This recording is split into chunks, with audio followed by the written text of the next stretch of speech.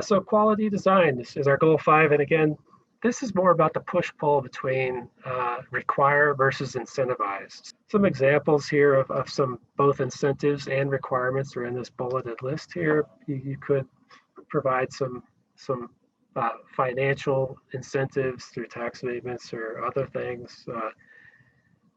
You could provide a bonus or maybe a streamlined approval process if they do certain things design-wise, reduced fees, things like that. The requirement side, this would become a code. It would become an ordinance requirement if you wanted to pursue that. The guidelines that the city has through our area plans predominantly now could be codified into a zoning code through an overlay zoning or a text amendment or a variety of other approaches. We have a lot of guidance on this. Our area plans really provide a good level of detail on what good design is. We have design guidelines based on the kind of area, if you're in a neighborhood or a corridor or a node. There are a different set of guidelines for each of those kinds of areas, plus a kind of general set of guidelines for any development that happens throughout the city. So I think we would start with, the planning we've done in our 18 area plans, plus our citywide documents. Our TOD policy is one document that provides a pretty high level of design guidance on what good design is as well.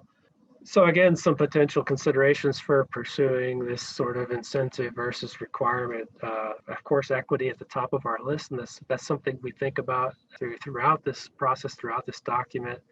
It'll be one of the lenses we use, for every topic that we address.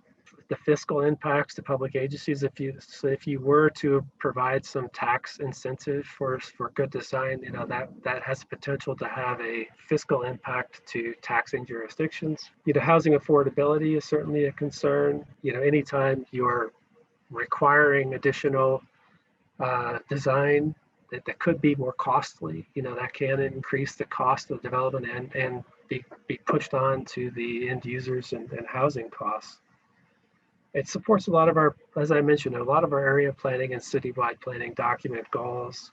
It would require some additional analysis. We have done a lot of these kinds of zoning overlays, but if we were going to establish this in a citywide scale, I think it would require some additional analysis or study.